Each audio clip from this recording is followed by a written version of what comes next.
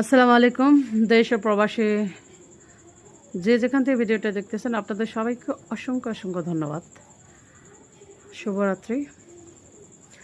আমি যখন আমার জেলা হচ্ছে পঞ্চগড় আর আমার থানা হচ্ছে আটোয়ারি। আমি আটোয়ারিতে যাই না অনেক বছর হলো, কারণ বেশিরভাগ তো দেশের বাইরেই ছিলাম। তো আজকে হঠাৎ করে অনেকে যাচ্ছে, তা আমাকে ইনভাইট করলো, একটা প্রোগ্রাম আছে, তো সেখানে যাচ্ছি আর কি। তো যাওয়ার এই দৃশ্য এটা। আশা করি আপনারা আমার সাথে থাকবেন। আপনাদেরকে অসংখ্য ধন্যবাদ। আবারও বলছি, দেশে প্রবাসে যারা এই মুহূর্তে ভিডিওটি দেখতেছেন এবং ইনশাল্লাহ দেখবেন। আমি কথা বলি আমার দেশের, আমি কথা বলি বাংলা ভাষা। যেখানকার আলো বাতাসে আমি বেড়ে উঠেছি, যার মাটির ধুলিকণা আজও আমার শরীরে বয়ে আসছে অঙ্গ প্রত্যঙ্গে। তার প্রাকৃতিক সৌন্দর্য আপনারা এখানে দেখলেই, নীল আকাশ মেঘাচ্ছন্ন মেঘাচ্ছন্ন, না আছে রোদ না আছে বৃষ্টি। সন্ধ্যা একটার সময় বাজে দিনের বিকাল 3টা।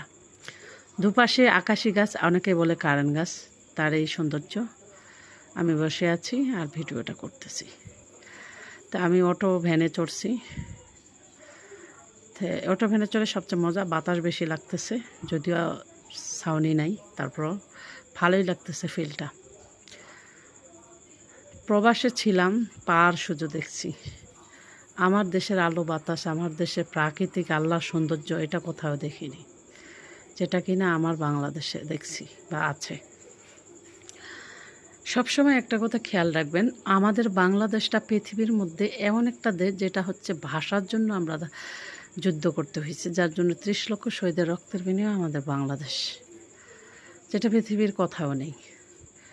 মানুষ অনেক কিছু নিয়ে যুদ্ধ করে, কিন্তু এমন একটা দেশ যেটা আছে কিনা ভাষা, যে ভাষা নিয়ে আমরা যুদ্ধ করছি।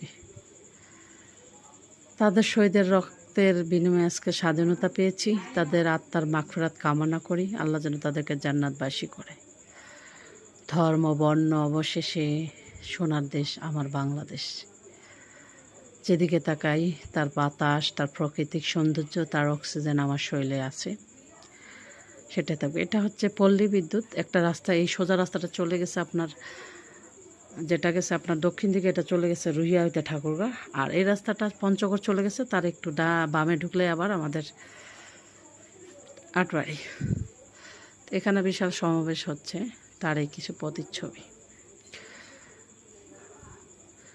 আমরা সবাই দেশের নাগরিক, আমাদেরও অধিকার আছে দেশের জন্য কথা বলা, দেশকে নিয়ে ভাবা। একজন সুনাগরিকের দায়িত্ব কি জানেন? কথা বলা দেশের জন্য। নিজের